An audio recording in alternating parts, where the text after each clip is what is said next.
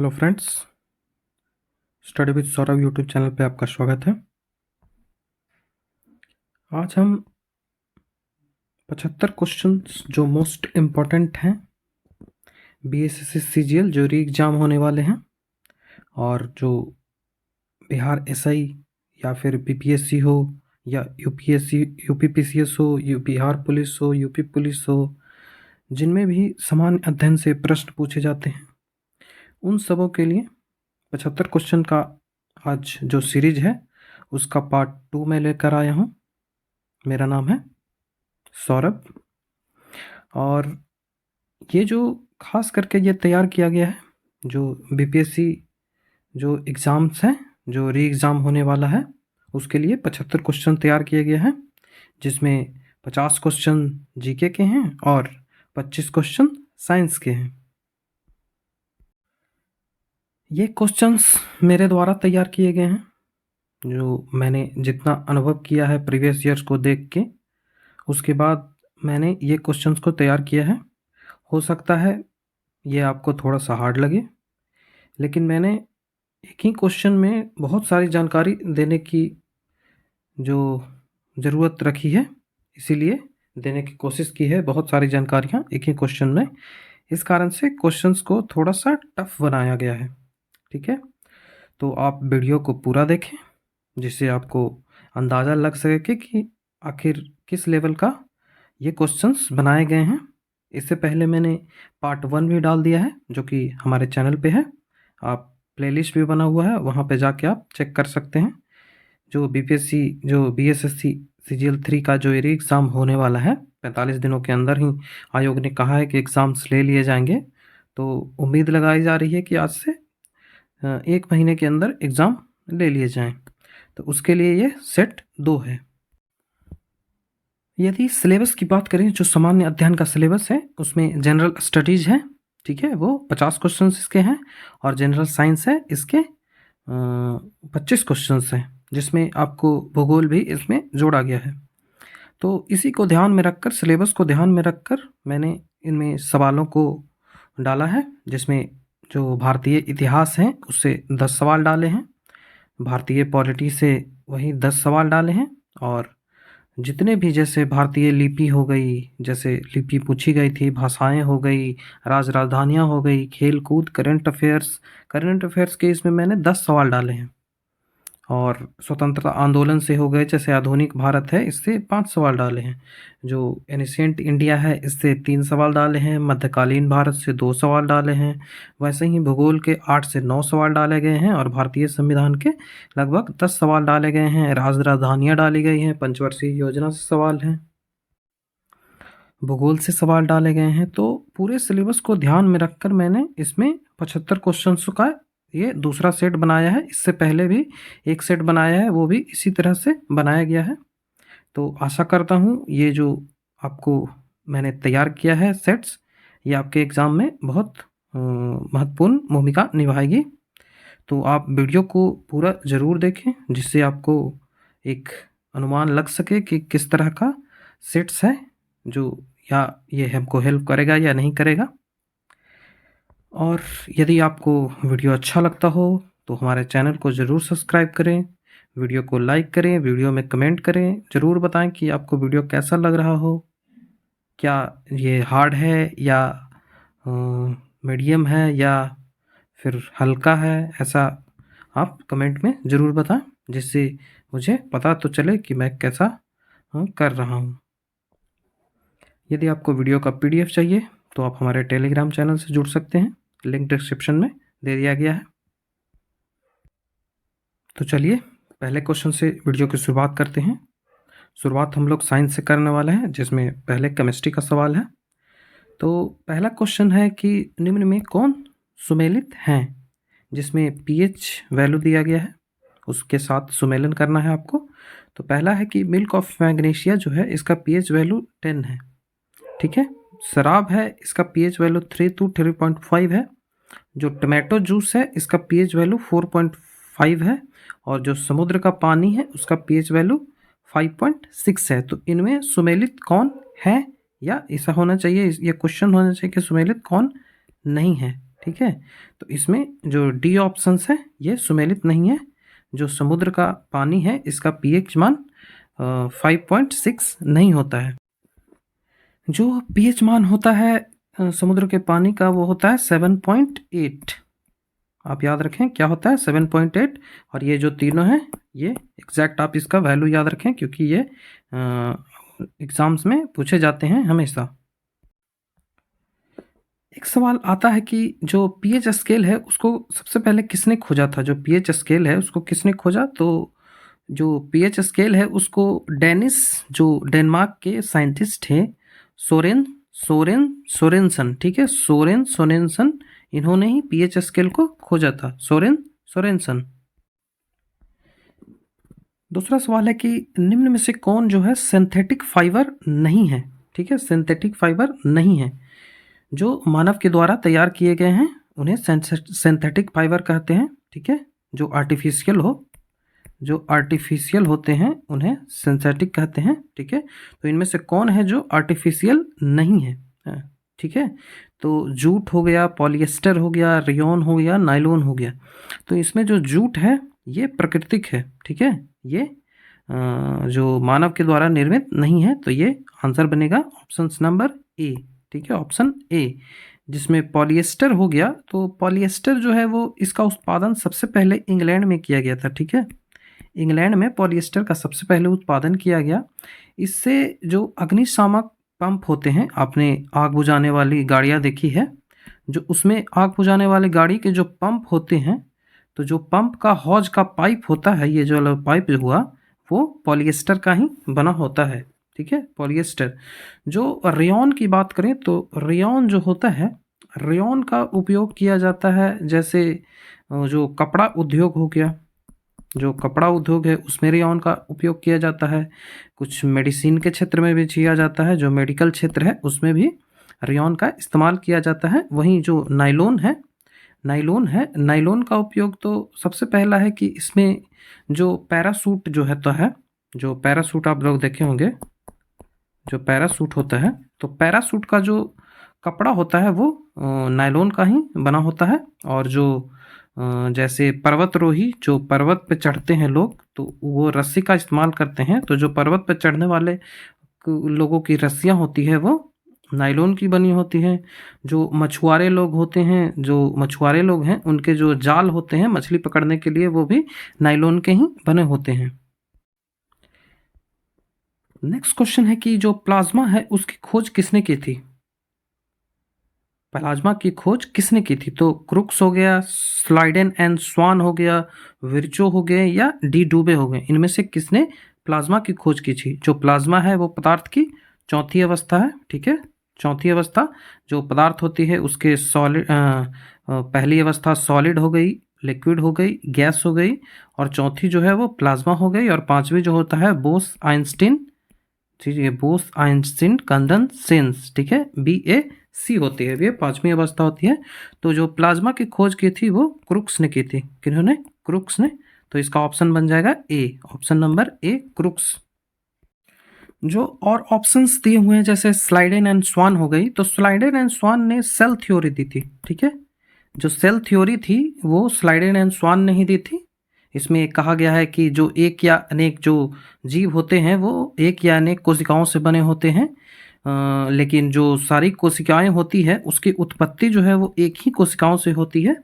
ये Schleiden and स्वान ने जो सेल थ्योरी दिया था उसको, उसमें कहा गया था जो कोशिका के बारे में जो थ्योरी था। वहीं विर्चो जो है, विर्चो ने सेल थ्योरी को ही आगे बढ़ाया, और विर्चो ने कहा कि जो सेल होती है वो जो सेल का निर्माण जो होता है वो पहले के सेल से ही होता है। यदि पहले कोई सेल ए है तो इसी को टूटने के बाद सेल बी का निर्माण हुआ, और सेल ए भी पहले से मौजूद है। तो ये अब दो सेल हो गए शरीर में, ए सेल और बी सेल। तो ये विर्चो ने कहा था। वहीं डी डूबे जो हो गए, तो डी डूबे ने लाइसोसोम की खोज की थी। किसकी खोज की थी, लाइसोसोम की खोज डी डूबे ने की थी। जो लाइसोसोम होता है, जो लाइसोसोम हो गई, जो लाइसोसोम होता है, ये जो होता है इसको आत्महत्या की थैली भी कहते हैं, सुसाइडल बैग। ठीक है, सुसाइड बैग इसको बोलते हैं। क्योंकि ये अपने ही सेल को ख़त्म कर देता है, और ये जो होता है घाव भरने में भी लाइसोसोम का उपयोग किया जाता है। नेक्स्ट क्वेश्चन है कि जो तत्व शब्द है उसको पहली बार किस वैज्ञानिक ने प्रयोग किया था तत्व शब्द को? ऑफवो ने, रॉबर्ट बॉयल ने, एंटोनियो लावोइज़ियर ने, या रदरफोर्ड ने? तो इसका ऑप्शन बनेगा बी। ठीक है, ऑप्शन बी, रॉबर्ट बॉयल ने पहली बार तत्व शब्द का प्रयोग किया। जो ऑफवो है वो ऑफवो प्रिंसिपल नाम से एक रूल होता है, जो कि आप जब वैलेंसी लिखते हैं तो उसमें ऑफवो प्रिंसिपल का यूज होता है, जिसके तहत एक रूल होता है कि 2 × 2l+1, जो इसे कक्षा भरने का सिद्धांत भी बोलते हैं। जो प्रिंसिपल ऑफ सेल जो फिलिंग होता है वो इसी फॉर्मूले से होता है, जिसमें S, P, D, F आपने केमिस्ट्री में पढ़ा होगा। इसकी जो लिमिट्स होती है, जैसे S कक्षा में मात्र आप 2 ही भर सकते हैं, P में 6 भर सकते हैं, D में 10 भर सकते हैं, और F में 14 भर सकते हैं। यहाँ पे आप जब वैल्यू L का पुट करते जाएंगे तो ये आपको मिलेगा। तो ये ऑफवो प्रिंसिपल हो गए। जो एंटोनियो लावोइज़ियर हैं ये केमिस्ट्री के फादर हैं। केमिस्ट्री के फादर एंटोनियो लावोइज़ियर को कहा जाता है। और जो रदरफोर्ड हैं, रदरफोर्ड ने जो न्यूक्लियर को लेकर जो एटॉमिक थ्योरी दिया, एटॉमिक थ्योरी जो है वो रदरफोर्ड ने दिया था, एटॉमिक थ्योरी। नेक्स्ट क्वेश्चन है कि जो प्राकृतिक गैस है उसका जो दहन होता है, उसको जो जलाते हैं, वो किसका उदाहरण है? तो प्राकृतिक गैस को आप जलाते हैं तो इससे उष्मा निकलती है, ना कि उष्मा इसमें जाता है। ठीक है, ये नहीं होता है, ये होता है उष्मा निकलती है। तो ये उष्मा क्षेपीय अभिक्रिया हो गई। ठीक है, इसमें उष्मा बाहर निकलती है, ना कि उष्मा इसमें जाती है। तो ये एक्सोथर्मिक हो गया। ठीक है, एक्सोथर्मिक हो गया, ना कि इंडोथर्मिक। जो इंडोथर्मिक होता है उसमें हीट देना पड़ता है इंडोथर्मिक में। और जो वियोजन अभिक्रिया होती है, जो डिकम्पोजन जो होती है रिएक्शंस, डिकम्पोजन रिएक्शन में होता है कि जैसे कोई चीज़ है इसको डिकम्पोज कर दिया जाए, उसको टुकड़े टुकड़ों में तोड़ दिया जाए, ये डिकम्पोजन अभिक्रिया हो गई। और जो विस्थापन अभिक्रिया होती है, जो डिस्प्लेसमेंट रिएक्शन होता है, इसमें यदि कोई सब्सटेंस हो, कोई एलिमेंट हो, तो उसको किसी चीज़ से रिएक्शन करवा के उसको 2 पार्टों में ब्रेक कर देना, उसको डिस्प्लेस कर देना। जैसे NaCl है तो इसको N को कहीं और रखना, Cl को कहीं और रखना। इसको जब डिस्प्लेस कर दिया जाए, जो रिएक्टिविटी सीरीज होती है उसके अनुसार से, तो रिएक्टिविटी सीरीज के अनुसार से जब इसको डिस्प्लेस कर दिया जाता है तो उसे विस्थापन अभिक्रिया कहते हैं। नेक्स्ट क्वेश्चन है कि पायरीन जो है इसका उपयोग किया जाता है उर्वरक के रूप में, जीवाणुनाशक के रूप में, बिजली की आग को बुझाने में, फोटोग्राफिक फिल्म के रूप में। तो जो पायरीन है इसका उपयोग बिजली की आग को बुझाने में किया जाता है, बिजली की आग को बुझाने में, ऑप्शन सी। ठीक है, जो पायरीन हो इसे कार्बन टेट्रा क्लोराइड भी कहते हैं। ठीक है, टेट्रा ऑक्साइड। ठीक है, कार्बन टेट्रा ऑक्साइड, ये पायरीन को कहा जाता है, जो कि आग को बुझाने में मदद करता है। जो कार्बन टेट्रा क्लोराइड है, ठीक है, कार्बन टेट्रा क्लोराइड, वो इसको पायरीन कहते हैं, ये मैंने बता दिया है। इसका उपयोग जो होता है वो मोम बनाने में होता है, रेजिन बनाने में होता है, तेल में विलायक के रूप में होता है। इससे जो घरों में है उसको दाग धब्बे को हटाया जाता है। इसका उपयोग औषधि के रूप में भी किया जाता है, और इसमें फ्रियोन का निर्माण में भी ये किया जाता है। जो फ्रियोन वही जो फ्रिज में यूज होता है। ठीक है, फ्रिज में जो फ्रियोन यूज होता है वो फ्रियोन का निर्माण कार्बन टेट्रा क्लोराइड से ही होता है। नेक्स्ट क्वेश्चन है कि जो गैसों का घनत्व होता है वो उसके मोलर द्रव्यमान के खाली स्थान होता है, व्युत्क्रमानुपाती होता है, समानुपाती होता है, बराबर होता है, या मुक्त होता है।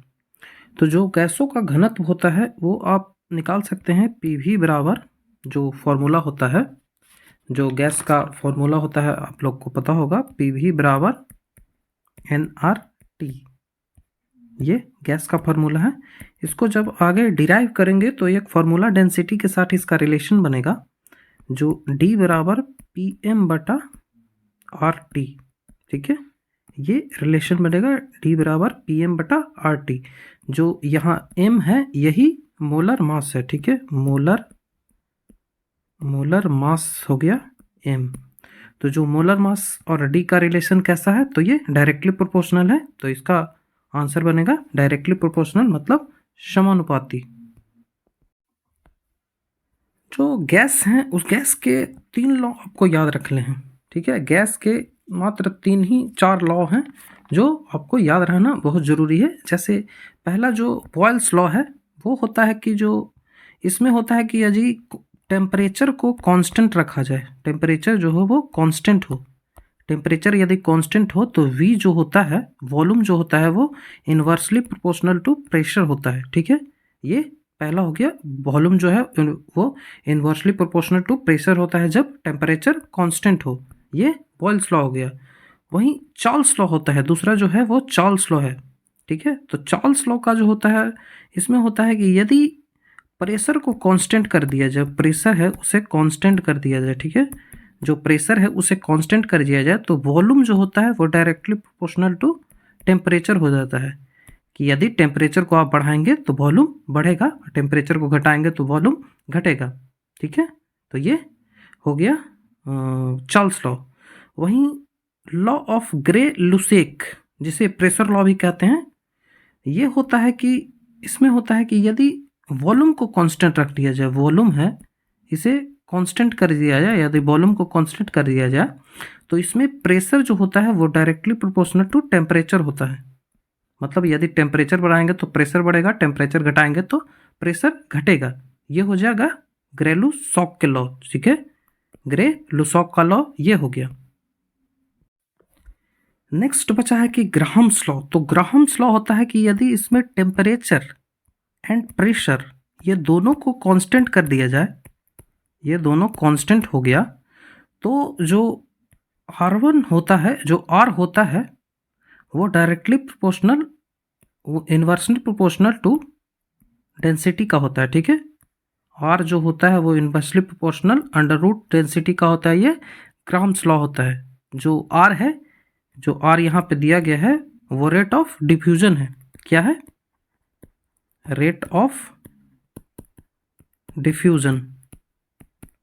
तो ये 4 गैस लॉ हो गए, इसको आपको याद रखना जरूरी है। वहीं एक एवोगाड्रो प्रिंसिपल भी होता है, ठीक है। एवोगाड्रो प्रिंसिपल इसके अनुसार होता है कि जो टेम्परेचर और प्रेशर यदि सेम कर दिया जाए, टेम्परेचर और प्रेशर यदि इक्वल कर दिया जाए किसी का, तो टेम्परेचर प्रेशर जब इक्वल होता है तो गैस जो होता है उसका आयतन जो होता है वो हर अणु के लिए समान हो जाता है, हर अणु के लिए आयतन उसका समान हो जाता है। ये एवोगाड्रो प्रिंसिपल हो गया। नेक्स्ट क्वेश्चन है कि हाइड्रोजन के संदर्भ में क्या गलत है, ठीक है, गलत देखना है। तो यह जल में घुलनशील है, यह जल में अघुलनशील है, यह वायु से हल्की होती है, यह दहनशील होती है। तो जो दहनशील होती है ये सही है, क्योंकि हाइड्रोजन जलता है, इससे ईंधन प्राप्त होता है, ये आपको पता है। यह वायु से हल्की होती है, तो हाँ यह हल्की होती है हाइड्रोजन, जिसको बैलून में भरा जाता है, लेकिन हाइड्रोजन की जगह हीलियम को भरा जाता है, क्योंकि जो हाइड्रोजन है वो दहनशील है, इन्फ्लामेबल है। ये जल में अघुलनशील है, तो ये भी सही है, ये जल में जो हाइड्रोजन है वो नहीं घुलता है। लेकिन जो यहाँ ऑप्शन ए है कि जल में घुलती है, तो वो घुलती नहीं है, तो ऑप्शन ए इसका आंसर बन जाएगा। नेक्स्ट क्वेश्चन है कि निम्न में से कौन है वो प्रथम श्रेणी का उत्तोलक है। प्रथम श्रेणी का लीवर है। जो उत्तोलक होता है वो एक सिंपल मशीन होता है, ठीक है, ये एक सिंपल मशीन होता है। उत्तोलक सिंपल मशीन होता है, ये 3 टाइप का होता है, प्रथम श्रेणी, द्वितीय श्रेणी और तृतीय श्रेणी। तो यहाँ पूछ रहा है कि प्रथम श्रेणी का कौन सा नहीं है। तो जो प्रथम श्रेणी का है वो कैंची है, प्रथम श्रेणी का है कैंची। तराजू भी प्रथम श्रेणी का है, साइकिल का ब्रेक भी प्रथम श्रेणी का है, लेकिन जो नींबू निचोड़ने का मशीन है वो द्वितीय श्रेणी का युतोलक है, वो सेकंड श्रेणी का युतोलक है। नींबू जो निचोड़ने का मशीन है वो द्वितीय श्रेणी का मशीन है। नेक्स्ट क्वेश्चन है कि एक समान त्वरण के लिए गैलीलियो के कितने समीकरण हैं।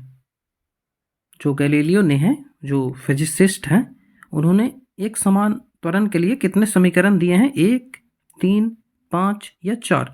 तो इनके 4 समीकरण हैं, आप जानते हैं। जो गैलीलियो का पहला रूल होता है जो गैलीलियो का पहला समीकरण है, इसे एग्जैक्ट याद करना है, पहला द्वितीय तृतीय ऐसे करके ही, क्योंकि ऐसे ही सवाल पूछा जाता है कि निम्न में से कौन सा है वो पहला समीकरण है गैलीलियो का।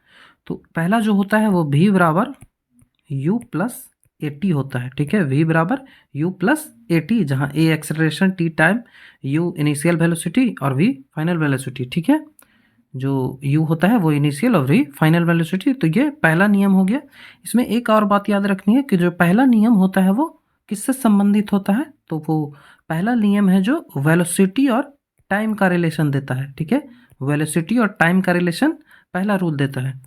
जो दूसरा समीकरण होता है वो होता है कि s बराबर U T plus half A T square, ठीक है। s बराबर U T plus half A T square, ये दूसरा हो गया, जो कि डिस्टेंस और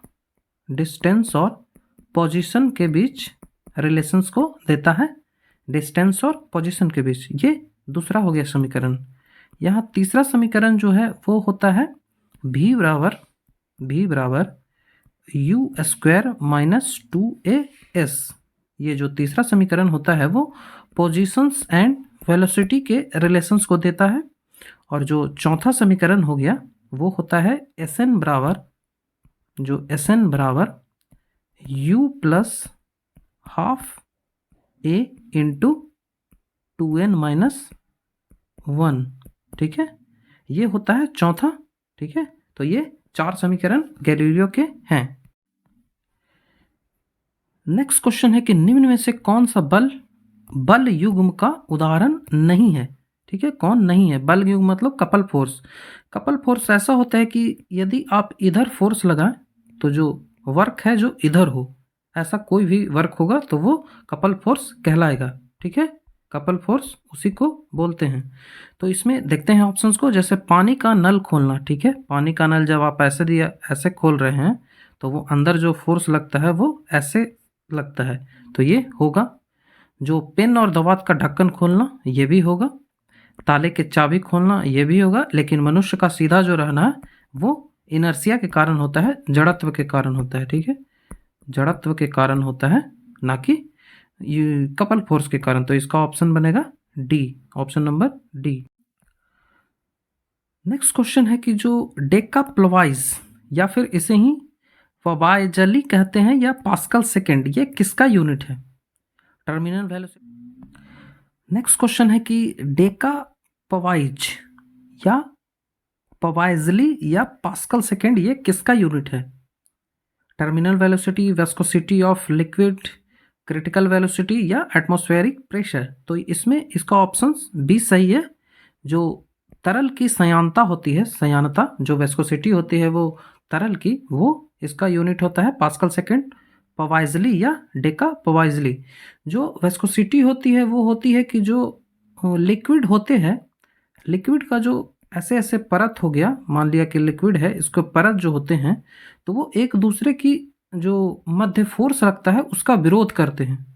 जो ऐसे एक दूसरे की ओर जो फोर्स लग रहा है वो उसका अपोज करते हैं। वही वो जो एक दूसरे की गति है, मतलब ये अगर इधर जा रहा है तो दूसरा जो है वो इसको इधर जाने से, दूसरा जो है वो इधर जाने से इसको रोकेगा। तो अपेक्षिक गति का विरोध करती है, वही कहलाता है विस्कोसिटी, ठीक है। विस्कोसिटी। एटमॉस्फेरिक प्रेशर आप जानते हैं, जो वायु के द्वारा पृथ्वी पे जो बल लगाया जाता है जिसके कारण जो फोर्स आता है वो एटमॉस्फेरिक जो प्रेशर कहलाता है। वहीं जो क्रिटिकल वेलोसिटी होती है, जो क्रिटिकल वेलोसिटी होता है, क्रांतिक वेग होता है, वो होता है कि वह मैक्सिमम वेलोसिटी है, क्रिटिकल वेग, जब द्रव का जो प्रवाह होता है वो धारा रेखीय हो, ठीक है। वो एक ही लाइन में जाए, वो उस वेलोसिटी तक को जो वो होता है, जो एक ही धारा में यदि जाए द्रव, तो जो लास्ट पॉइंट है यहाँ तक मतलब जा रहा है द्रव एक ही धारा में, लेकिन इससे ज़्यादा यदि फोर्स लगा दें तो जो द्रव है वो धारा रेखीय नहीं होता है, वो एक ही धारा में नहीं जाती है, वो अलग अलग बिछड़ जाती है। जैसे आप पानी के सिलसिले में देखते हैं, आप जब पानी को मेज पे गिराते हैं तो वो कैसे कैसे जाता है। तो वही जो ये पॉइंट हुआ इसी को बोलते हैं क्रिटिकल वेलोसिटी। इससे ज़्यादा वेलोसिटी पे पानी चितरने लगता है तो ये हो गया क्रिटिकल वेलोसिटी। और जो टर्मिनल वेलोसिटी होता है, इसका मतलब होता है कि जब कोई भी वस्तु है, इसको जो विस्कोसिटी मतलब विस्को द्रव में गिराया जाए, तो वो प्रारंभ में तो इसकी वेलोसिटी बढ़ती है। जैसे मान लिया, इसको मिटा देता हूँ पहले। जैसे मान लिया कि आप, ये एक बीकर है जिसमें मध भरा हुआ है। मान लिया कि मध जिसकी विस्कोसिटी ज़्यादा है, डेंसिटी ज़्यादा के कारण इसकी वेलोसिटी ज़्यादा है, तो इसमें हनी भरा हुआ है। यदि आप इसमें किसी वस्तु को गिराते हैं तो पहले इसकी वेलोसिटी बढ़ती है, ठीक है। इसकी वेलोसिटी पहले तो कुछ देर के लिए बढ़ती है, लेकिन बाद में जाकर वो कुछ देर के बाद नियत हो जाती है, कांस्टेंट हो जाती है और कांस्टेंट रूप से गिरने लगती है। तो यही कहलाएगा टर्मिनल वेलोसिटी, ठीक है। ये टर्मिनल वेलोसिटी हो गया। नेक्स्ट क्वेश्चन है कि किस कारण ध्वनि जो है वो, किसी की ध्वनि मोटी होती है, किसी की ध्वनि पतली होती है। जैसे लड़कियों का जो ध्वनि होता है वो पतला होता है, जो लड़कों का ध्वनि होता है वो मोटा होता है। तो वो किस कारण से होता है? पिच के कारण होता है, या इंटेंसिटी के कारण होता है, या क्वालिटी के कारण होता है, या डिफ्रैक्शन के कारण होता है। तो जो ध्वनि का मोटा या पतला होना होता है वो तारत्व के कारण होता है, पिच। जो बच्चे हो गए या फिर जो चाइल्ड हो गए, वुमेन हो गई, इनकी जो पिच होता है वो बहुत ज़्यादा होता है, जिस कारण से इनकी ध्वनि जो है वो पतली होती है, और बूढ़ों की या फिर जो जवान हो जाते हैं उनकी ध्वनि मोटी होती है, इसके कारण, पिच के कारण। जो इंटेंसिटी होता है, इसके कारण जो साउंड है वो धीमी और प्रबल सुनाई देती है, ठीक है। इंटेंसिटी के कारण ही साउंड लाउड और फीबल सुनाई देती है।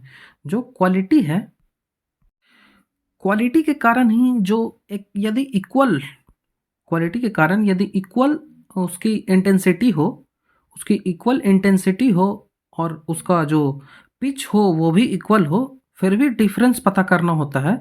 जैसे आपका जो कोई परिवार है, उसके ध्वनि को आपको पहचानना होता है।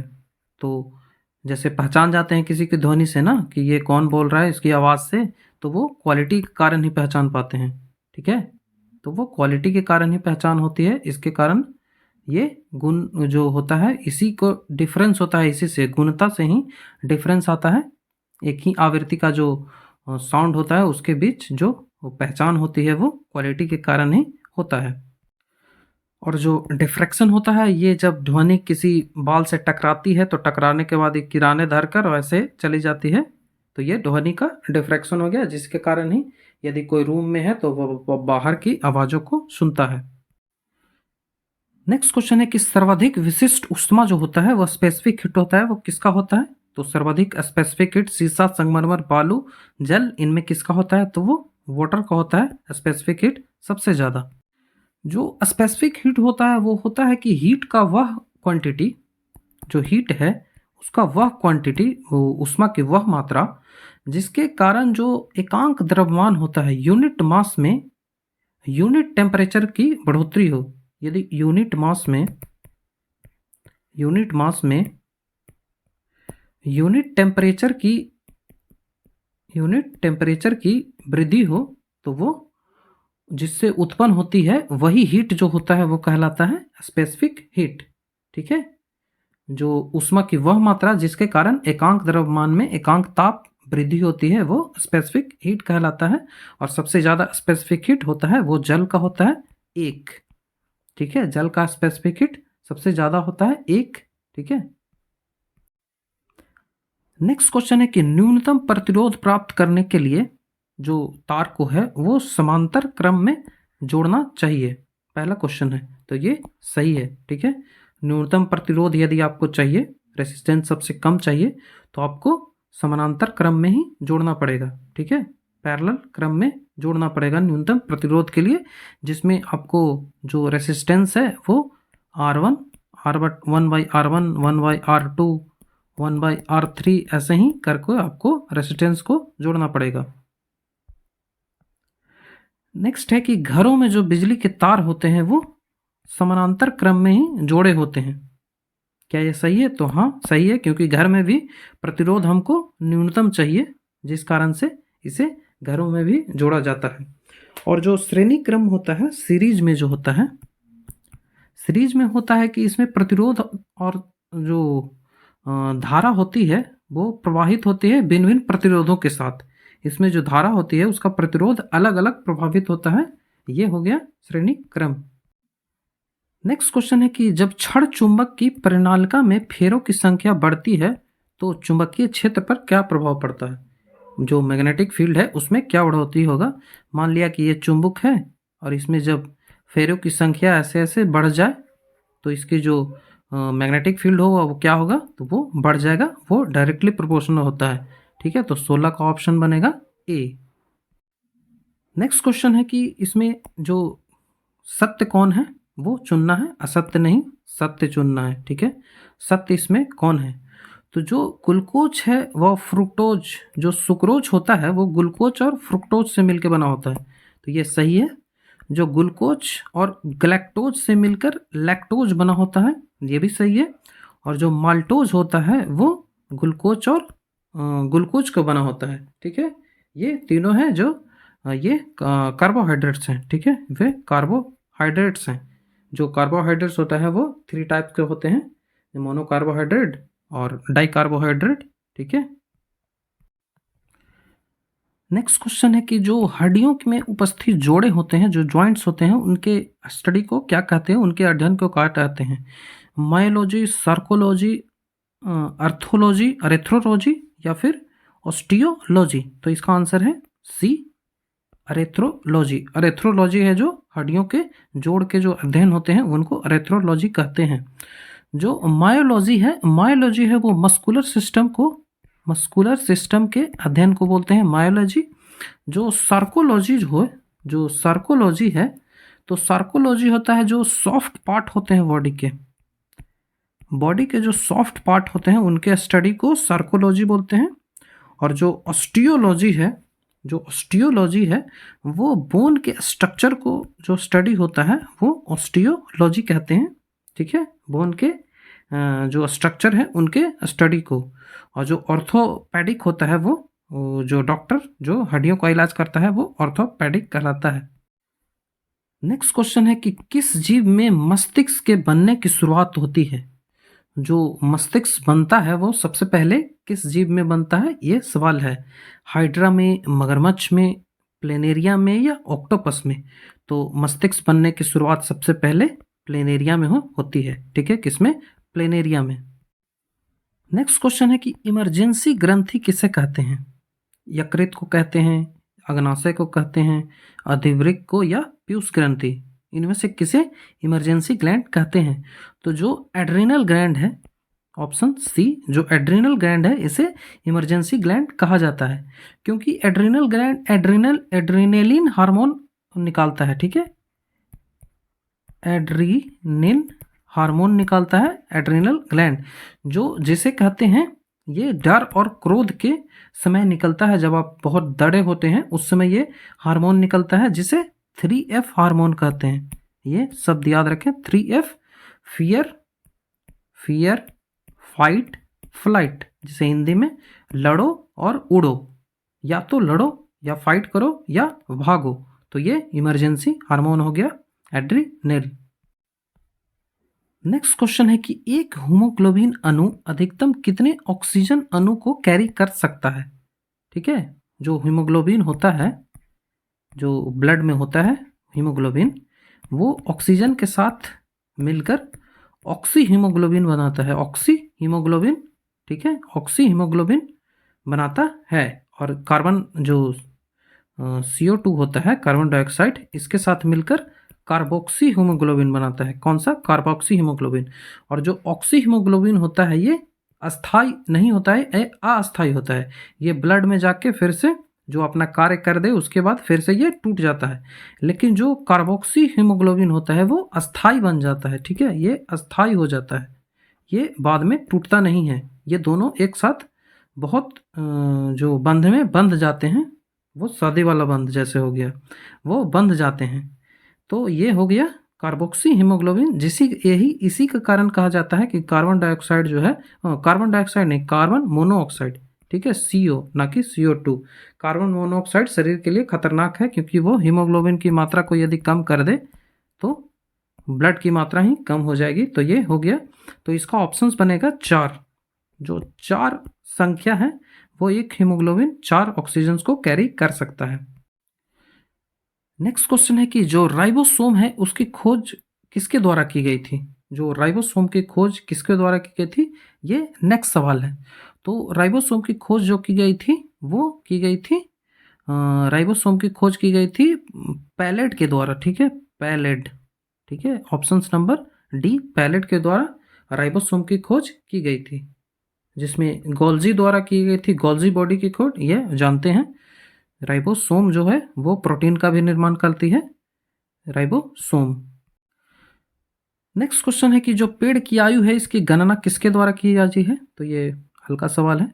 जो वार्षिक वलयों जो होती है उसकी संख्या के ये पेड़ होते हैं, इसमें ऐसे ऐसे गोल गोल रहते बना हुआ, इसकी संख्या को गिनकर हम पेड़ की आयु ज्ञात कर सकते हैं। नेक्स्ट क्वेश्चन है कि जो कैम्बियन होता है वो पार्श्व विभोजित माना जाता है, ऐसा क्यों? ऐसा क्यों माना जाता है? पार्श्व शाखाओं को जन्म देता है इस कारण से, पौधे का घेरा या परिधि को बढ़ाता है इस कारण से, पौधे की लंबाई और चौड़ाई दोनों को बढ़ाता है इस कारण से, या पौधे की लंबाई बढ़ाता है इस कारण से। तो जो पार्श्व बढ़ाता है ये चौड़ाई में बढ़ाती है, जो मोटाई उसकी होती है इसमें जो वृद्धि होती है वो पार्श्व के कारण होती है, जो कैम्बियन है। तो इसका ऑप्शन बनेगा बी, जो पौधे की परिधि को बढ़ाता है। जो एनिमल टिश्यू होता है, एनिमल टिश्यू जो होता है वो 2 टाइप के होते हैं। एक तो परमानेंट होता है जिसे मेरिस्टेमेटिक टिश्यू कहते हैं, और जो विभाजित होते रहता है ये, इसीलिए इसे विभाजकीय ऊतक बोलते हैं। और एक होता है परमानेंट टिश्यू जो अस्थाई होते हैं। जो मेरिस्टेमेटिक टिश्यू होते हैं वे भी आगे जाके 3 पार्ट में बनते हैं, जिसमें एपिकल हो गया, जो लैटरल हो गया, और इंटरकैलरी हो गया, जिसमें इसको बोलते हैं शीर्षस्त्र। ये जो एपिकल है इसे शीर्षस्त्र बोलते हैं, लैटरल को पार्श्व बोलते हैं, और जो इंटरकैलरी होते हैं इसे पार्श्व बोलते हैं। ठीक है, पार्श्व अंतर्द्विवेदी बोलते हैं। तो ये लैटरल हो गए। यही सवाल में पूछा था लैटरल को लेके कि ये जो है वो ब्रेथ को बढ़ाता है। ठीक है, ये चौड़ाई को बढ़ाती है, मोटाई को बढ़ाती है, परिधि को बढ़ाती है। जो एपिकल होती है वो लेंथ में ग्रोथ करता है, वो भी रूट और स्टीम के लेंथ में जो वृद्धि करती है वो एपिकल करती है। और जो इंटरकैलरी होती है वो लीफ बेस को बढ़ाता है। ठीक है, लीफ बेस को बढ़ाता है इंटरकैलरी। तो आगे और कभी मौका मिलेगा तो इसके बारे में अधिक जानकारी दूंगा। नेक्स्ट क्वेश्चन है कि पैरानोइड्स जो हैं वो किसमें उपस्थित होते हैं? पैरानोइड्स तो ये होते हैं उपस्थित हरे शैवाल में। ठीक है, हरे शैवाल में पैरानोइड्स उपस्थित होते हैं, हरे शैवाल। तो 25 सवाल साइंस के ख़त्म हो गए। अब हिस्ट्री के सवाल आएंगे। तो पहला सवाल है कि नाथ मुनि जो है वो किस धर्म से संबंधित है? वैष्णव, जैन, बौद्ध, शैव, वो नाथ मुनि किस धर्म से इनमें से संबंधित है? तो नाथ मुनि जो है जो वो वैष्णव धर्म से संबंधित हैं, वैष्णव।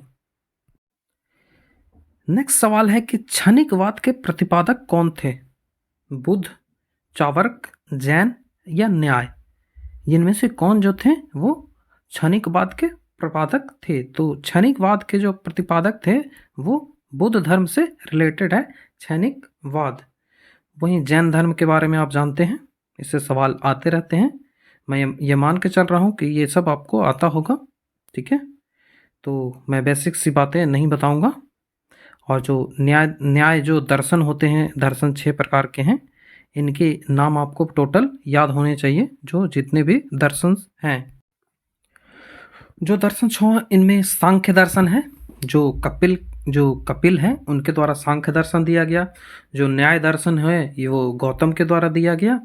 और जो योग दर्शन है वो पतंजलि के द्वारा दिया गया। जो वैशेषिक दर्शन है वो कन्नाद और उल्लुक के द्वारा दिया गया। ये 2 व्यक्ति हैं, कन्नाद और उल्लुक, उनके द्वारा वैशेषिक दर्शन दिया गया। और जो मीमांस है वो 2 पार्ट में बटा हुआ है, एक पूर्वी मीमांस और दूसरा उत्तरी मीमांस। तो जो पूर्वी मीमांस है उसे जैमिनी के द्वारा दिया गया, जैमिनी पूर्वी मीमांस। और जो उत्तरी मीमांस है उसे वादरायन के द्वारा दिया गया। क्या? वादरायन। तो ये जो दर्शंस हैं 6 प्रकार के, इनको आप याद रखिएगा। नेक्स्ट सवाल है कि चोल वंश के संदर्भ में क्या गलत है। तो पहला देखते हैं क्या है। तो वर्ण व्यवस्था चोल वंश में थी, परंतु समाज जो था वो ब्राह्मण और गैर ब्राह्मण में बटा हुआ था। तो ये सही है, ठीक है। नेक्स्ट है कि एरीपति जो है, एरीपति एक शब्द है, वो ऐसा कर है जो ग्राम जलाशय के रख रखाव के लिए गांव से लिया जाता था। तो ये भी सही है। नेक्स्ट है कि अग्रहार जो है वो ऐसे गांव थे जो ब्राह्मणों को दान में दिए जाते थे। तो ये भी सही है, अग्रहार वैसे ही गांव थे। नेक्स्ट है कि घाटिका जो है वो एक प्रकार का सिंचाई कर था। तो नहीं, सिंचाई कर नहीं था। घाटिका उसको बोलते थे जो मंदिर जो है, टेम्पल जो है, तो मंदिर के साथ जो विद्यालय लगा हुआ रहता था, स्कूल, जो मंदिर के साथ स्कूल लगा हुआ रहता था उसे बोलते थे ये घटिका, ठीक है। तो मंदिर के साथ लगा हुआ स्कूल घटिका कहलाता था। नेक्स्ट सवाल है कि मध्यकालीन भारत में एक शब्द है फनम, ये किसको निर्दिष्ट करता है। पहनावा को, सिक्का को, आभूषण को या हथियार को। तो जो फनम है वो एक प्रकार का सिक्का था जो विजयनगर साम्राज्य में चलता था, ठीक है। विजयनगर साम्राज्य जिसकी स्थापना हरिहर और बुक्का ने 1336 ईस्वी में की थी। इससे 4 वंशों ने शासन किया था, जिसमें कृष्णदेव राय और देवराय प्रथम, आप लोग इनके बारे में जानते होंगे। जो नेक्स्ट सवाल है कि मंगोल आक्रमण के बारे में कौन सा सही है, ठीक है। मंगोल आक्रमण के बारे में कौन सा सही है। तो इसमें कहा गया है कि इल्तुतमिश के काल में 1221 ईस्वी में सबसे पहले जो मंगोल आक्रांता था चंगेज खां, वो सिंधु नदी के तट तक आ गया था। तो हाँ, इल्तुतमिश के काल में ही सबसे पहले बार मंगोलों का आक्रमण हुआ था। तो ये सही है। नेक्स्ट सवाल है कि तरमासरीन खां जो कि 1329 ईस्वी में दिल्ली के बाहरी इलाकों तक आ गया था, लेकिन वो मोहम्मद बिन तुगलक से हार गया। तो ये भी सही है। इसी के समय में वो जो मंगोल थे उनके लास्ट आक्रमण हुए थे। तो इसका ऑप्शन बनेगा बी, दोनों सही। नेक्स्ट सवाल है कि बरिंद्र कुमार घोष जो हैं उनके द्वारा एक जो प्रकाशित किया गया था साप्ताहिक पत्रिका जिसका नाम था युगांतर, ठीक है। तो यहाँ याद रखना है कि युगांतर पत्रिका थी, और वो पत्रिका कैसी थी, तो वो साप्ताहिक पत्रिका थी। और वो कब प्रकाशित की गई थी, तो वो 1906 में प्रकाशित की गई। तो इतने क्वेश्चंस तो सवाल में ही दिए गए हैं। तो पूछा जा रहा है कि वो किस भाषा में छपती थी, तो उसकी भाषा क्या थी, हिंदी भाषा, संस्कृत, गुजराती या बंगाली। तो जो आपको याद रहे कि बरिंद्र कुमार जो घोष थे वो बंगाली थे, ठीक है, वो बंगाली थे। तो उनकी जो किताब आएगी वो बंगाली में ही समानतः छपेगी। तो इसका आंसर बनेगा डी, बंगाली। नेक्स्ट सवाल है कि जो आज़ाद हिंद फौज है उसको स्थापना दिवस कब मनाया जाता है। आज़ाद हिंद फौज दिवस कब मनाया जाता है। 12 नवंबर 1945, 12 नवंबर 1946, 12 अक्टूबर 1945 या 12 अक्टूबर 1946। तो जो आज़ाद हिंद फौज दिवस है वो 12 नवंबर 1945 ईस्वी को मनाया जाता है। जो आज़ाद हिंद फौज है इसकी स्थापना जो है, इससे रिलेटेड सवाल आते हैं। जैसे जो मोहन सिंह थे, कैप्टन मोहन सिंह जो थे, इनके मन में सबसे पहले विचार आया था कि आज़ाद हिंद फौज जैसी एक फौज की स्थापना की जाए, लेकिन ये इसमें सफल नहीं हो पाए थे। तो रास बिहारी बोस इन्होंने आज़ाद हिंद फौज की स्थापना की, ठीक है। और इन्होंने ही आज़ाद हिंद फौज की स्थापना की। और जब आज़ाद हिंद फौज की स्थापना कर ली और जो सुभाष चंद्र बोस जब 1943 ईस्वी में सिंगापुर पहुंचे, तो रास बिहारी बोस ने जो आज़ाद हिंद फौज थी उसका जो नेतृत्व था वो सिंगापुर में 1943 ईस्वी में रास बिहारी बोस ने सुभाष चंद्र बोस को सौंप दिया आज़ाद हिंद फौज का नेतृत्व। आज़ाद हिंद फौज थे, इसके कई सारे बटालियंस थे जिससे सवाल आते हैं, जैसे Subhash brigade, Nehru brigade, Gandhi brigade, Rani Lakshmi regiment. इससे सवाल आया है रानी लक्ष्मी रेजिमेंट। तो याद रखें, रानी लक्ष्मी रेजिमेंट किससे संबंधित है, तो वो आज़ाद हिंद फौज से संबंधित है जिसमें महिलाओं को रिक्रूट किया जाता था। नेक्स्ट सवाल है कि हिंदू कॉलेज की स्थापना 1791 ईस्वी में कहाँ की गई थी? हिंदू कॉलेज की स्थापना 1791 ईस्वी में कहाँ की गई थी? तो बनारस में की गई थी। कहाँ? बनारस में।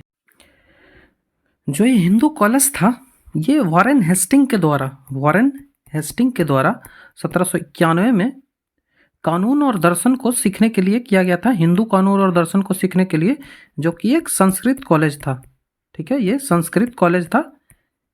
इसमें हिंदू और हिंदू कानून है वह दर्शन को शिक्षा के लिए स्थापित किया गया था। इस कारण इसे हिंदू कॉलेज भी कहा जाता है।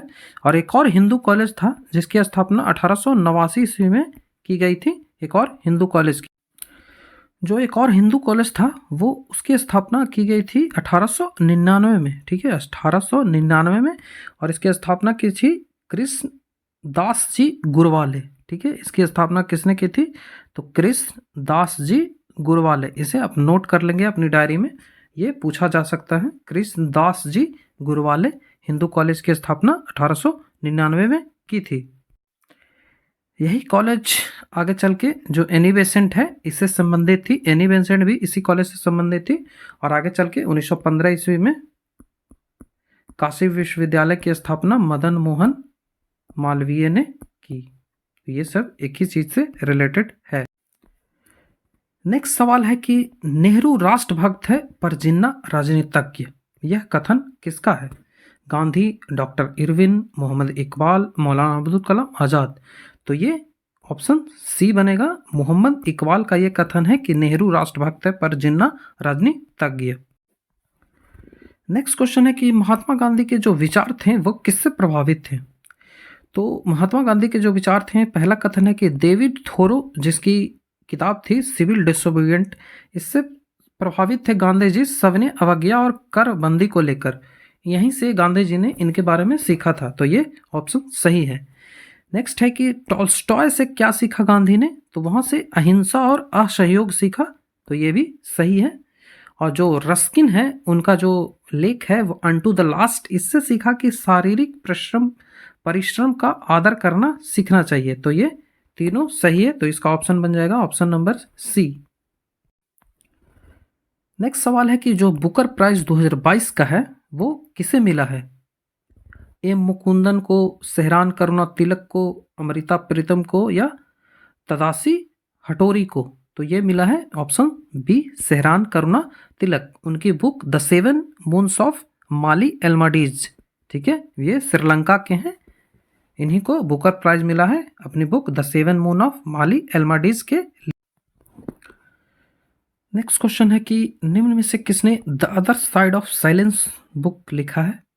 तो वो बुक है उर्वशी बुटालिया की, उर्वशी बुटालिया।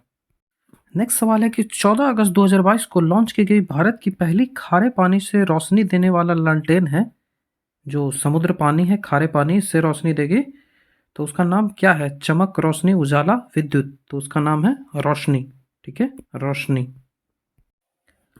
नेक्स्ट क्वेश्चन है कि जो लॉरियाज वर्ल्ड स्पोर्ट्स पुरस्कार 2022 है वो किसे दिया गया? एलन थॉमसन हेरा को, मैक्स वर्स्टापन को या कॉर्स्टन वरहोम को? तो ये एलन थॉमसन हेरा को दिया गया।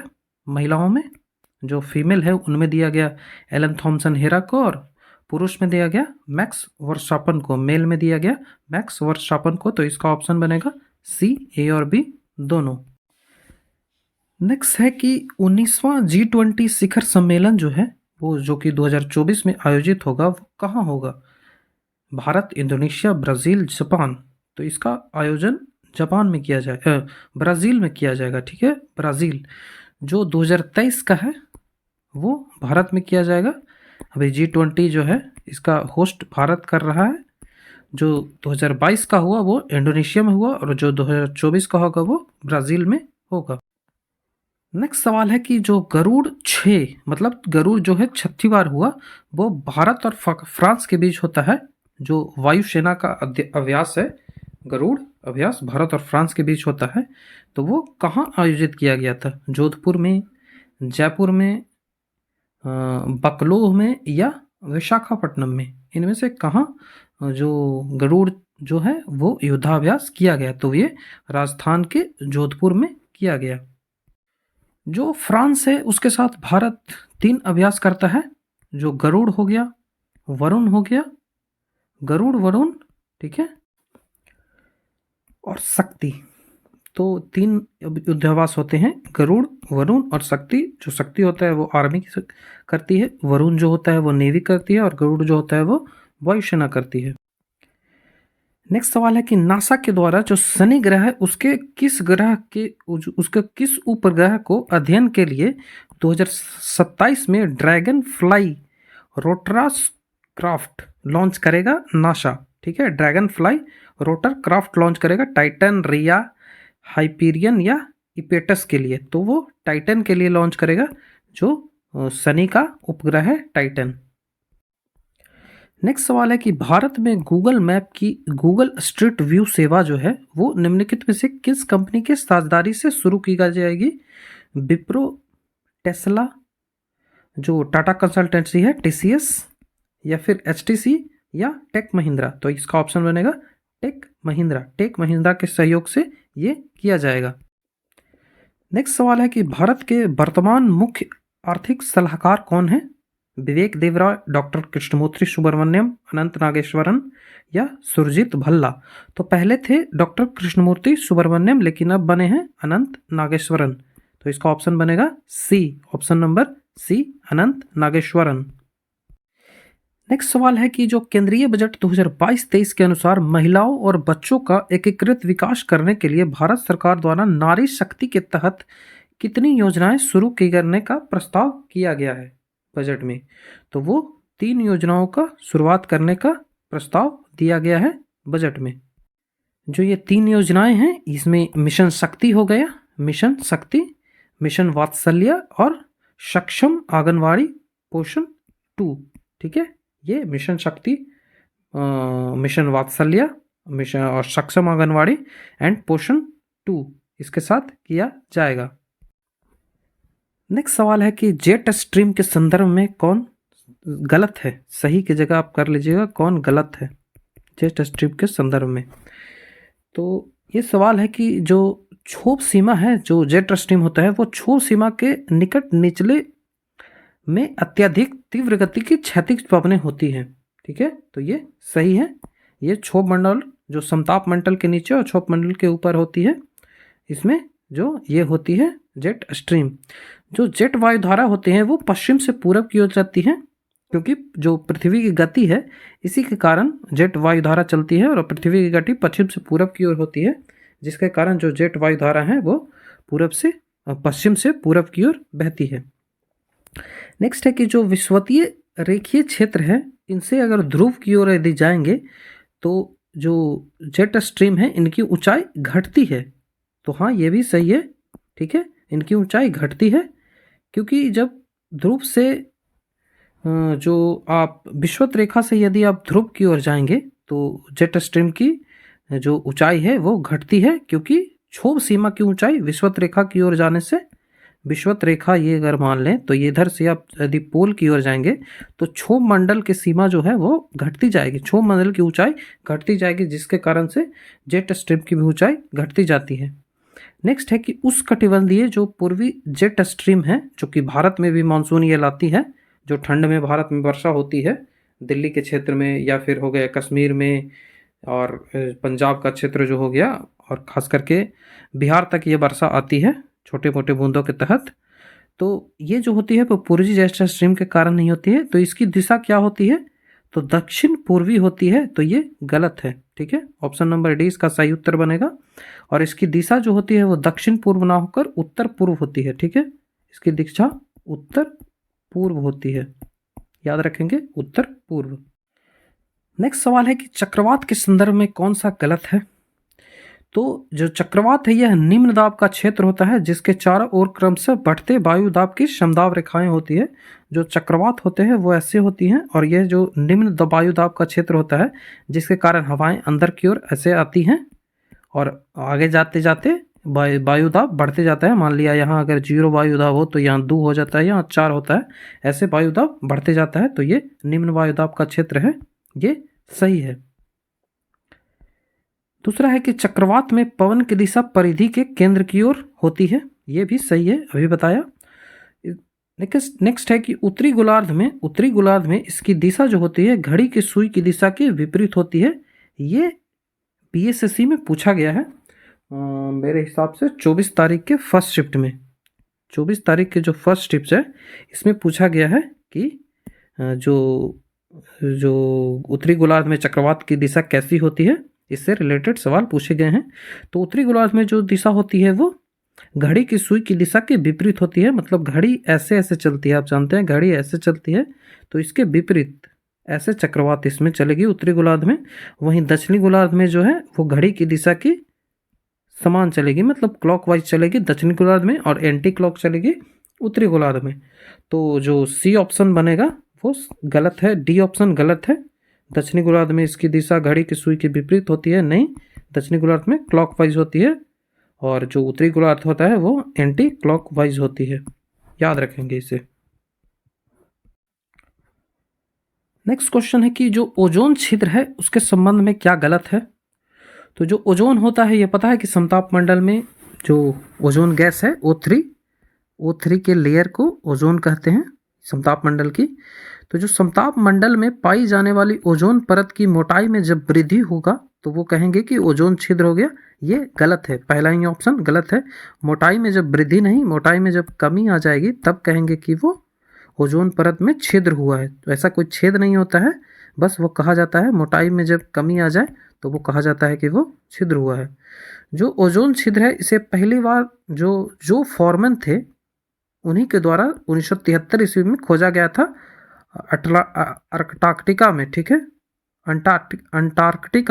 अंटार्कटिका में पहली बार जो फॉरमैन के द्वारा 1973 ईस्वी में ओजोन छिद्र को खोजा गया था। ये सही है। नेक्स्ट है कि ओजोन परत की जो सघनता है, जो डेंसिटी होती है ओजोन परत की, उसे डॉप्सन मीटर में नापा जाता है। ये भी सही है, ऑप्शन सी भी सही है। नेक्स्ट है कि ओजोन परत में जो छिद्र होता है उसका प्रमुख कारण क्लोरीन है। तो ये भी सही है। जो CFC गैस है इसका सबसे प्रमुख कारण है जो क्लोरोफ्लोरोकार्बन है, जिसमें सब में क्लोरीन होता ही है, तो प्रमुख गैस क्लोरीन ही होगा। नेक्स्ट सवाल है कि किसके जनसंख्या सिद्धांत के अनुसार जो समाज है वो अमीर और गरीब में बांटा दिया था। अमीर और गरीब दो वर्गों में बांट दिया था, किसने, तो वो बांटा था कार्ल मार्क्स ने। अमीर गरीब की जब भी बात आए तो लगभग आंसर कार्ल मार्क्स ही बनता है, तो इसका आंसर बन जाएगा कार्ल मार्क्स।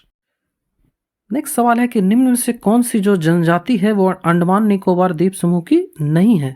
नहीं वर्ड पर ध्यान देंगे तो इसमें जारवा जो है वो अंडमान निकोबार की है, सैम्पेन भी अंडमान निकोबार की है, सेंटिनलीज भी है जो अंडमान निकोबार की है, लेकिन जो मलय है ऑप्शन नंबर डी ये तमिलनाडु की जनजाति है। ठीक है, तमिलनाडु, एक तमिलनाडु की जनजाति, जो ये तमिलनाडु की जनजाति है, जिसमें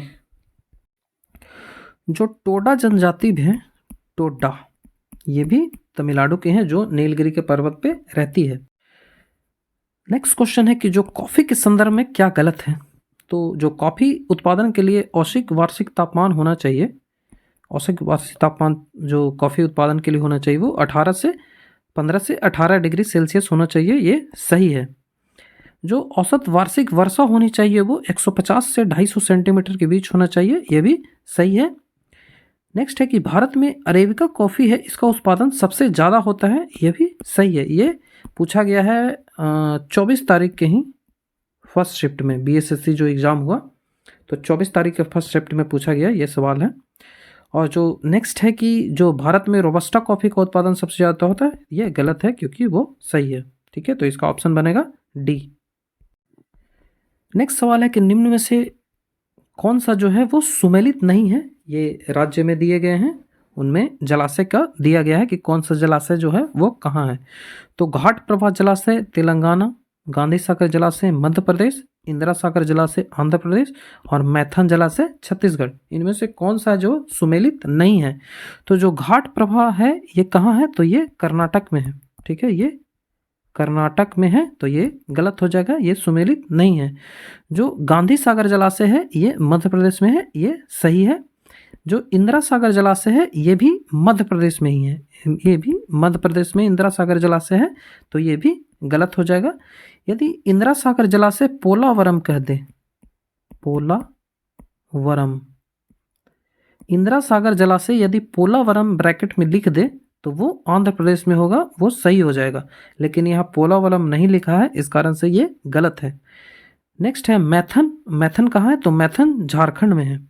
ठीक है, मैथन जो है, मैथान तिलैया, ये झारखंड में है। ठीक है, तो ये भी सुमेलित नहीं है। तो कौन कौन सुमेलित नहीं है? 1, 3, 4। 1, 3, 4 कौन सा ऑप्शन है? Option number C. नेक्स्ट सवाल है कि निम्न में से कौन सा है वो एल्बिडो से संबंधित है? एल्बिडो से संबंधित निम्न में से कौन सा है? ये जो सवाल है ये शायद यूपी पीएससी जो है वो 2021 में पूछा गया है। मेरे हिसाब से यूपी पीएससी 2021 में ये पूछा गया है, एल्बिडो से संबंधित कौन है? तो ये वापसी की शक्ति है। जो रिफ्लेक्शन की शक्ति होती है, रिफ्लेक्सिंग पावर होता है, वो एल्बिडो से रिलेटेड होता है। जो बर्फ होता है वो सबसे ज़्यादा रिफ्लेक्ट करता है सूर्य के प्रकाश को। तो पृथ्वी रहने लायक है क्योंकि जो सूर्य के प्रकाश है वो यहाँ पृथ्वी को गर्म करती है और फिर पुनः वो वापस लौट जाती है। और कुछ जो सूर्य के प्रकाश होते हैं उसे कार्बन डाइऑक्साइड वायुमंडल होने के कारण, जैसे आपको पता है कि पृथ्वी में चारों तरफ से गैसों का एक घेरा है जिसे वायुमंडल कहते हैं, जो वो कुछ जो सन के कुछ जो लाइट होते हैं उसको हीट को रोक के रखता है, जिसके कारण वो हमारा धरती है ना तो ज़्यादा गर्म होता है ना ठंडा होता है। लेकिन आजकल जो विकास की अंधाधुंध दौड़ में हम इतने इंडस्ट्री खोलते जाते हैं जिसके कारण से कार्बन का जो है उत्सर्जन बहुत तेज़ी से बढ़ रहा है, जिसके कारण वायुमंडल में कार्बन की प्रतिशतता जो बढ़ती जा रही है, जो 0.03% है उससे बढ़ती जा रही है, जिसके कारण जो पृथ्वी है वो हीट हो रहा है और बर्फ़ पिघल रहा है। तो जो बर्फ़ होता है वो सनलाइट को रिफ्लेक्ट करके बाहर भेज देता है।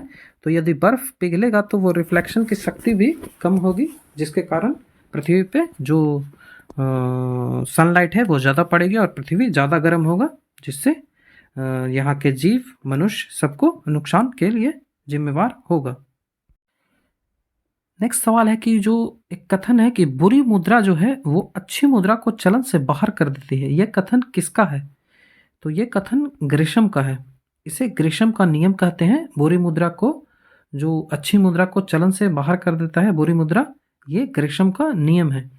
जो एडम स्मिथ है वो इकोनॉमिक्स के फादर कहे जाते हैं और इनका एक बुक है जो एग्जाम में पूछा जाता है, the wealth of nation. The wealth of nation इनके एक किताब है जो एग्जाम में पूछा जाता है। जो एंजिल का नियम है, एंजिल का जो नियम है ये कहता है कि जैसे जो कम आय वाला यदि व्यक्ति है, जो जिसका इनकम कम है, तो वो अपने जो इनकम है उसके ज़्यादा भाग जो है, ज़्यादा इनकम का ज़्यादा पार्ट वो भोजन पे खर्च करता है। ठीक है, वो इनकम का ज़्यादा पार्ट किस पे खर्च करता है? भोजन पे करता है।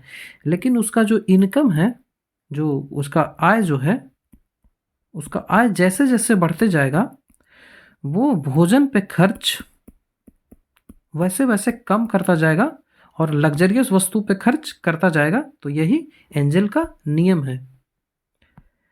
नेक्स्ट है लॉरेंज, ऑप्शंस में दिया गया है तो इसको डिस्कस कर लेते हैं।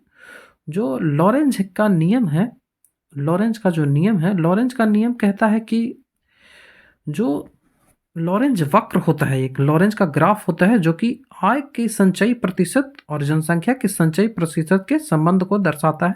लॉरेंज वक्र तो किसकी दर्शाता है, किसके किसके बीच? तो आय और जनसंख्या के बीच। ठीक है, आय और जनसंख्या के बीच ये सवाल पूछा गया है, इसीलिए इसको याद रखें, लॉरेंज वक्र आय और जनसंख्या के बीच। और जो फिलिप वक्र होता है, एक फिलिप वक्र होता है, कुछ ग्राफ हैं जो पूछे ही जाते हैं एग्जाम में। तो जो फिलिप वक्र होता है वो मुद्रास्फीति और बेरोजगारी के बीच का संबंध होता है। ठीक है, मुद्रास्फीति और बेरोजगारी के संबंध को दर्शाता है फिलिप वक्र। नेक्स्ट सवाल है कि निम्न में से कौन सा ऐसा राष्ट्रपति है जो वित्त मंत्री भी रह चुका है? आर वेंकटरमन, प्रणब मुखर्जी, कोचरी रमन नारायण या एक और दो, दोनों। ठीक है, तो इसका ऑप्शन बनेगा D, option number D. R Venkataraman और प्रणब मुखर्जी ये दोनों ऐसे राष्ट्रपति हैं जो वित्त मंत्री भी रह चुके हैं। नेक्स्ट सवाल है कि जो जेम्स विल्सन भारतीय बजट के जनक कहा जाता है। जेम्स विल्सन को भारतीय बजट का जनक कहा जाता है, तो ये सही है। जेम्स विल्सन ही भारतीय बजट के जनक है। ऑप्शन बी है कि स्वतंत्र भारत का पहला बजट वित्त मंत्री आर के सनमुख चेट्टी ने प्रस्तुत किया था 26 नवंबर 1947 को। तो ये भी कथन सही है। स्वतंत्र भारत का पहला बजट आर के सनमुख चेट्टी ने 26 नवंबर 1947 को पेश किया था। तो ऑप्शन बी भी सही है। ऑप्शन सी है कि संविधान लागू होने के बाद पहला बजट जॉन मथाई ने 1950 में प्रस्तुत किया था। तो ये भी ऑप्शन सही है। नेक्स्ट ऑप्शन है कि पी चिदम्बरम जो है वो सर्वाधिक बार बजट पेश करने वाले वित्त मंत्री हैं। तो ये गलत हो जाएगा। ठीक है, जो सर्वाधिक बार बजट पेश किया है वो मोरारजी देसाई ने किया है। ठीक है, मोरारजी देसाई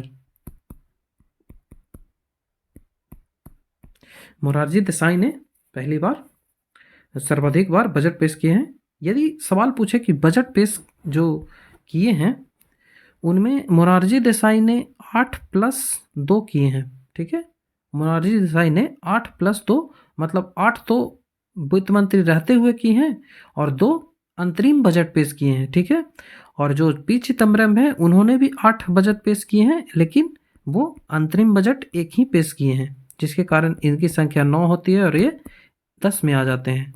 ठीक है, तो इसी कारण इसका ऑप्शन बनेगा ऑप्शन नंबर डी। नेक्स्ट सवाल है कि प्लान्ड इकोनॉमी फॉर इंडिया ये बुक है वो किसने लिखा है? तो ये लिखे हैं एम विश्वेश्वरैया ने। कौन लिखे हैं? एम विश्वेश्वरैया। इकोनॉमिक्स के कुछ सवाल हैं, जैसे नेक्स्ट क्वेश्चन है कि जीएसटी के संदर्भ में क्या सही नहीं है होना चाहिए। ठीक है, तो इसे डेस्टिनेशन टैक्स कहा जाता है, ये सही है। भारत में जीएसटी जो है वो कनाडा मॉडल पे आधारित है, ये भी सही है। जीएसटी को लागू करने वाला फिनलैंड पहला देश है, तो ये गलत हो जाएगा, ऑप्शन सी गलत है। फिनलैंड नहीं, जो फ्रांस है उसने जीएसटी सबसे पहले लागू किया था। भारत में जीएसटी की दरें हैं 5%, 12%, 18% और 28%, ये सही है। तो इसका ऑप्शन बन जाएगा ऑप्शन नंबर। नेक्स्ट सवाल है कि राष्ट्रीय मानवाधिकार आयोग के संदर्भ में कौन सा कथन गलत है? गलत शब्द पे ध्यान देंगे।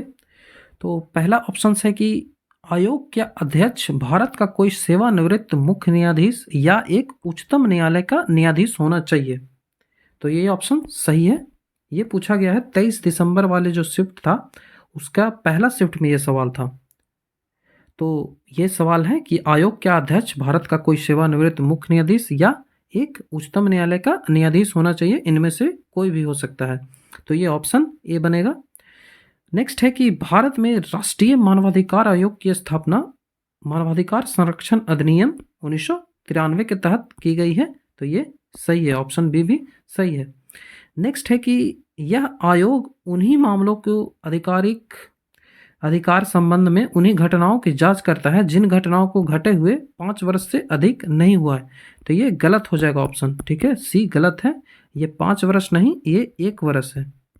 आयोग उन्हीं मामलों की जांच करेगा जिन घटनाओं को घटे 1 वर्ष से कम हुआ है। ठीक है, और ऑप्शन डी कहता है कि आयोग का जो अध्यक्ष है उसका कार्यकाल या तो 3 वर्ष होगा या 70 वर्ष, इनमें से जो भी पहले हो जाए तो ये सही है। तो इसका ऑप्शन बनेगा ऑप्शन सी।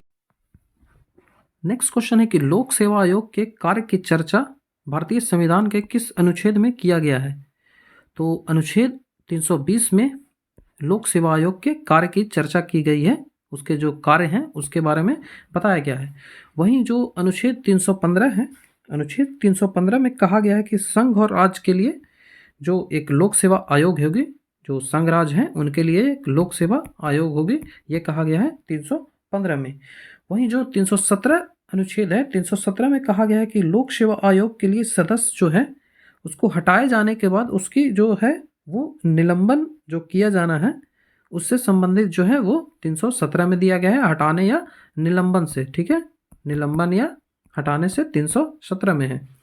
और जो अनुच्छेद 319 है ये कहता है कि आयोग का जो सदस्य है वो उसकी सेवा और शर्तों के बारे में विनिमय दिया गया है। इसमें 319 में जो सेवा जो देते हैं लोक सेवा आयोग उनके बारे में सदस्यों को जो कर्मचारी वृंद की सेवा शर्त हैं वो इसमें ही दिया गया है।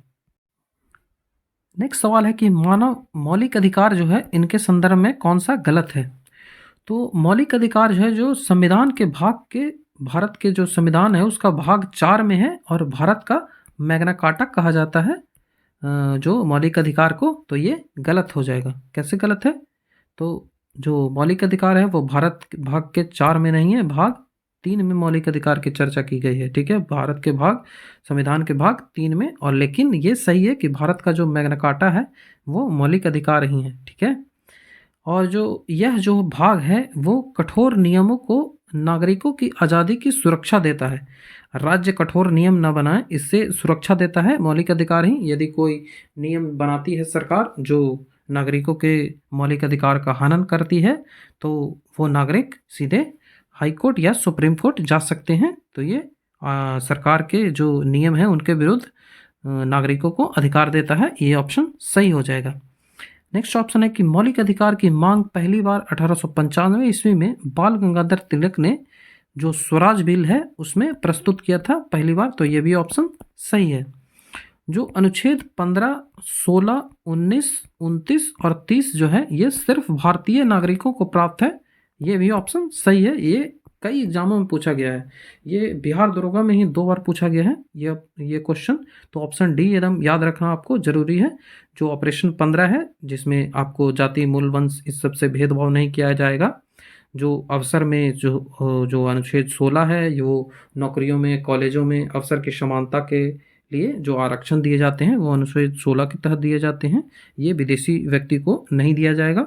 वहीं जो अनुच्छेद 19 है इसमें जो वाक्य की स्वतंत्रता है, बोलने की स्वतंत्रता है और कई सारे स्वतंत्रता इनमें दी गई है वो इससे ही है।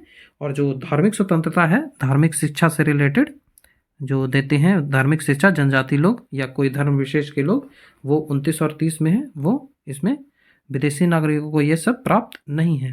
तो इसका ऑप्शन बनेगा ऑप्शन नंबर ए। नेक्स्ट सवाल है कि जो उपराष्ट्रपति हैं वो राष्ट्रपति की अनुपस्थिति में राष्ट्रपति का कार्य करेंगे, यह प्रावधान भारतीय संविधान के किस अनुच्छेद में किया गया है? अनुच्छेद 63, अनुच्छेद 65, अनुच्छेद 70, अनुच्छेद, और ऑप्शन है कि बी और सी, अनुच्छेद 65 और 70 दोनों। तो इसका ऑप्शन बनेगा ऑप्शन डी, अनुच्छेद 65 और अनुच्छेद 70 दोनों यही प्रावधान करता है कि जो राष्ट्रपति की अनुपस्थिति में उपराष्ट्रपति जब कार्य करेगा। तो जो नॉर्मली जो होता है वो राष्ट्रपति यदि अनुपस्थित होंगे तो वो आर्टिकल 65 में आता है। ये बिहार दरोगा में पूछा गया सवाल है और आर्टिकल 65 इसके तहत नॉर्मल जो राष्ट्रपति अनुपस्थित होंगे तो होगा।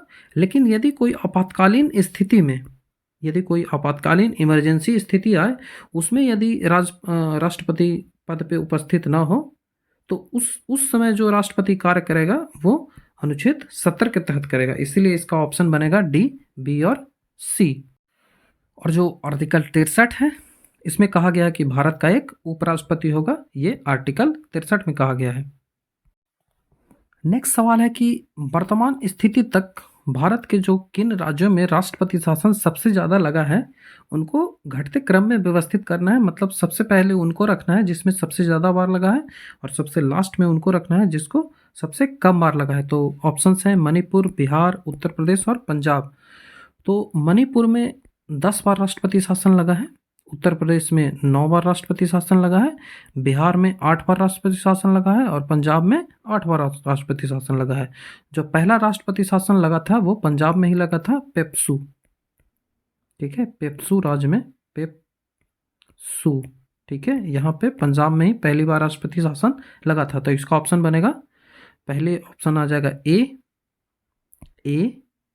सी और बी और डी बराबर होंगे, तो इसका ऑप्शन बनेगा 2, ऑप्शन नंबर 2। नेक्स्ट सवाल है कि राज्य वित्त आयोग का गठन किस अनुच्छेद के तहत किया गया है? जो राज्यपाल हैं वो 5 वर्ष के लिए राज्य वित्त आयोग का गठन करेंगे, वो किस अनुच्छेद में कहा गया है? तो अनुच्छेद 243 आई में कहा गया है। पंचायती राज व्यवस्था को 243 में वर्णित किया गया है। तो जो 243 आई है, मतलब ऑप्शन बी इसका आंसर बनेगा। उसमें जो राज्य वित्त आयोग है इसके बारे में चर्चा की गई है। जो राज्य चुनाव आयोग है उसकी चर्चा 243 के में की गई है। ठीक है, 243 के में जो है वो इलेक्शन कमीशन की चर्चा की गई है, राज्य इलेक्शन कमीशन की, ठीक है। और जो 325 है, 325 से 329, इसमें 324 से 329 इसमें राष्ट्रीय चुनाव आयोग की चर्चा की गई है, ठीक है। तो अनुच्छेद 243 जी है, ये 24 तारीख को ही ये पूछा गया था फर्स्ट शिफ्ट में। ये सवाल आया था कि जो 243 जी है, इसमें जो पंचायत की जो शक्तियाँ होती है उसके बारे में वर्णन किया गया है, पंचायत की शक्तियों के बारे में। और जो अनुच्छेद 243 डी है, इसमें आरक्षण की बात की गई है कि महिलाओं को 33% आरक्षण दिया जाएगा सीटों में, और जो महिलाओं को आरक्षण होगा वो साइकिल रूप से चलेगा, साइक्लिक आरक्षण मिलेगा, ठीक है। कई राज्य हैं, लगभग 10 से 11 राज्य जहाँ पे महिलाओं को 50% आरक्षण दिया जाता है। नेक्स्ट सवाल है कि किस क्षेत्र की, जो किसी क्षेत्र है उसको अनुसूचित क्षेत्र घोषित करने का जो अधिकार है वो राष्ट्रपति के पास होता है, ये आप जानते हैं। तो इसी अधिकार के तहत राष्ट्रपति आयोग का गठन करेगा, ये संविधान में कहा गया था कि राष्ट्रपति आयोग का गठन करेगा। तो इसके तहत जो अनुसूचित क्षेत्र के लिए पहला आयोग है वो कब गठित किया गया था? तो भारतीय संविधान में कहा गया था कि संविधान लागू होने के 10 वर्षों के बाद राष्ट्रपति जो है वो अनुसूचित क्षेत्र के लिए एक आयोग का गठन करेगा, ठीक है। वो एक आयोग का गठन करेगा जो इसकी देख रेख करेगा कि अनुसूचित क्षेत्र किस क्षेत्र को घोषित करना चाहिए, ठीक है। तो पहली बार 1960 ईस्वी में इसकी घोषणा की गई थी और दूसरी बार 2002 में। तो इसका ऑप्शन बनेगा ए, पहली बार 1960 में, ठीक है। नेक्स्ट सवाल है कि जो राष्ट्रपति पर महाभियोग लगाया जाता है वो प्रक्रिया किस देश से संविधान से ली गई है? आर्टिकल 61 में जो महाभियोग लगाया जाता है वो कहाँ से ली गई है? तो वो यूएसएस से ली गई है, ठीक है। यूएसएस से ली गई है जो महाभियोग लगाना, उसके बारे में जो संसदीय व्यवस्था है वो यूके से ली गई है।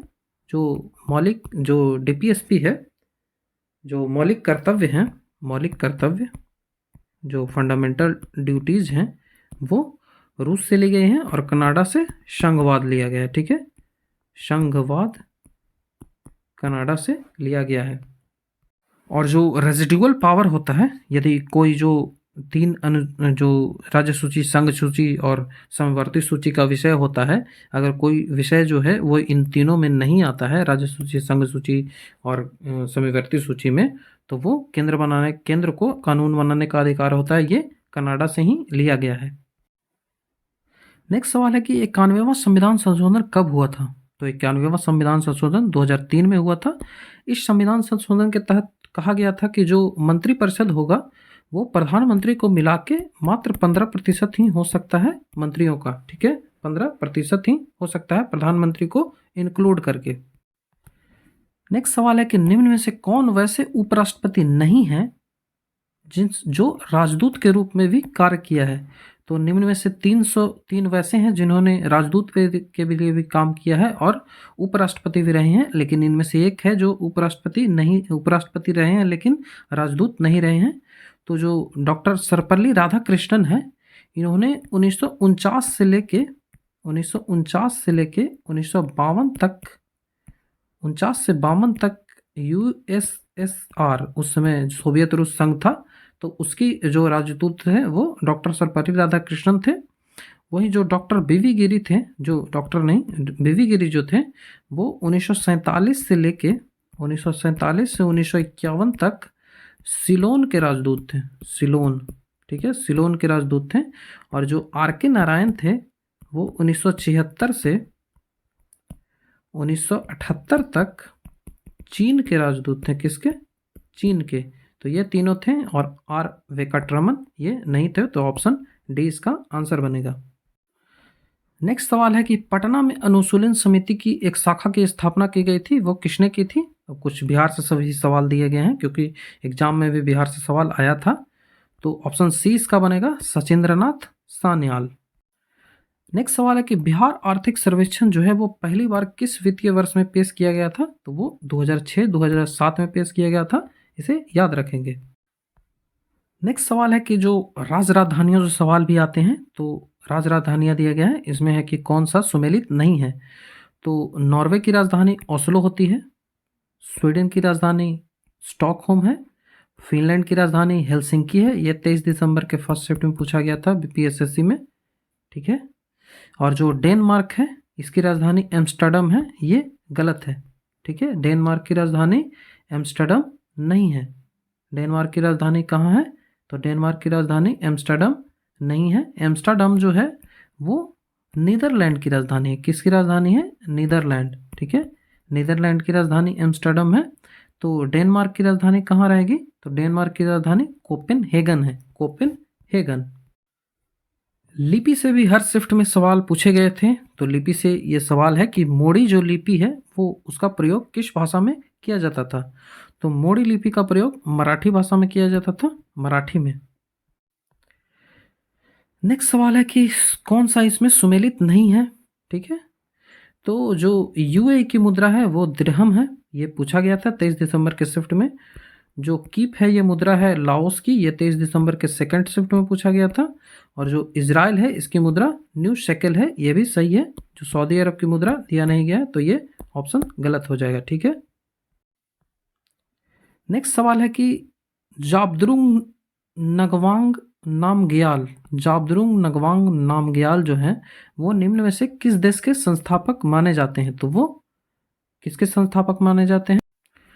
तो जो जाबद्रुंग नामग्याल हैं वो नेपाल के फाउंडर हैं। किसके फाउंडर हैं? नेपाल के, ठीक है। सॉरी, इसका आंसर बनेगा भूटान, ठीक है। ये भूटान के फाउंडर हैं, ठीक है। जाबद्रुंग नंगयाल जो नामग्याल हैं वो भूटान के फाउंडर है, भूटान। नेक्स्ट क्वेश्चन है कि किस देश ने 26 मार्च को अपना आज़ादी दिवस मनाया जाता है? तो वो बांग्लादेश में मनाया जाता है 26 मार्च को। श्रीलंका जो है वो 4 मार्च को मनाता है, ठीक है। श्रीलंका 4 मार्च को मनाता है। नेक्स्ट सवाल है कि निम्न में से किस संगठन का मुख्यालय जो है वो जनेवा जो कि स्विट्जरलैंड में है वहाँ नहीं है, ठीक है। तो जो ILO है, अंतर्राष्ट्रीय श्रम संगठन, जो कि 1919 ईस्वी में स्थापना हुई थी, इसका जो मुख्यालय है वो जनेवा में ही है, ये सही है। नेक्स्ट है विश्व स्वास्थ्य संगठन, ये भी मुख्यालय जनेवा में है, ये भी सही है। जो विश्व व्यापार संगठन है इसका भी मुख्यालय जनेवा में है, ये सही है। लेकिन जो संयुक्त राष्ट्र विकास परिषद है इसका मुख्यालय न्यूयॉर्क में है, ठीक है। न्यूयॉर्क में है, तो ये ऑप्शन गलत हो जाएगा, ठीक है। ऑप्शन गलत।